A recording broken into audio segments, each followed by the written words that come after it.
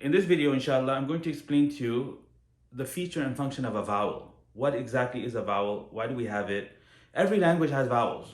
Okay, like the Arabic alphabet has consonants, and they are like 29 consonants. But people, when they speak, they don't speak in consonants. If you just took 3 consonants and grouped them together and tried to pronounce them, you wouldn't be able to. Because when people speak, they speak in syllables. And a syllable is the sound that's produced when you combine both a consonant and a vowel. So vowels exist in other languages, and vowels also exist in Arabic.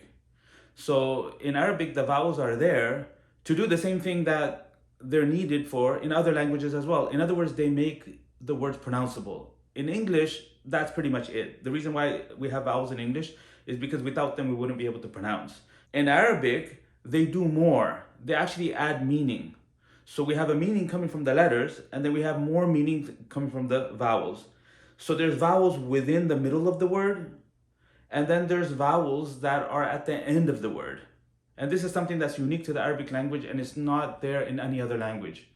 Because in other languages, when you have a verb and 2 nouns, and you want to say that a person did something to someone else, then there's an order and there's a format and there's a sequence in which to communicate the meaning.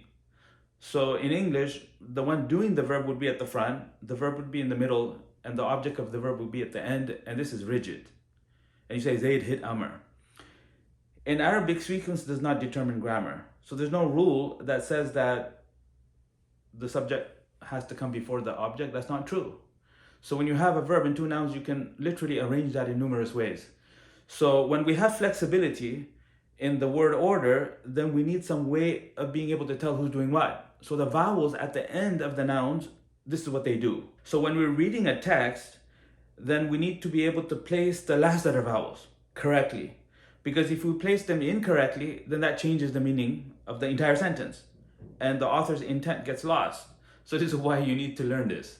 And when words combine together, then sometimes word A and word B share the same vowel ending, case ending, and sometimes the vowel ending is kept intentionally different. And then there's other requirements that need to be satisfied in order to communicate meanings. So bottom line is that the majority of meanings in Arabic, they don't come from words. They come from vowels and patterns and grammatical structures. So when I say vowels, I primarily mean the last letter vowels. And when I say patterns, I'm talking about the vowels within the middle of the word. Like the first consonant, the second consonant. For example, rajul means man, rijl means foot. So rajul has a different vowel configuration than rijl. That's not what I'm talking about. I mean, that's vocabulary, that's important. That's maybe like 20% of what vowels do, is they distinguish between words in the beginning part of the word. So you can have 2 nouns that share the same consonants and have different vowels, and they're 2 different words. One means foot and the other one means man. You see, and then one is like the singular version and one's the plural version. When it comes to verbs, it's the vowels themselves that tell you that whether this verb has occurred in the past or is it occurring now, or whether it's attributed to the one doing the verb versus passive, like the apple was eaten. So where do we get that from? Akala versus ukila. There's no difference. If you take akala and compare it with ukila, what's the difference? Different vowel configuration. So we call that a pattern. So these things need to be studied. When you study these things, then and only then will you be able to read correctly without vowels. The vowel system does more than just make the words pronounceable. They actually contribute to the meaning. And again, the majority of meanings in Arabic do not come from words.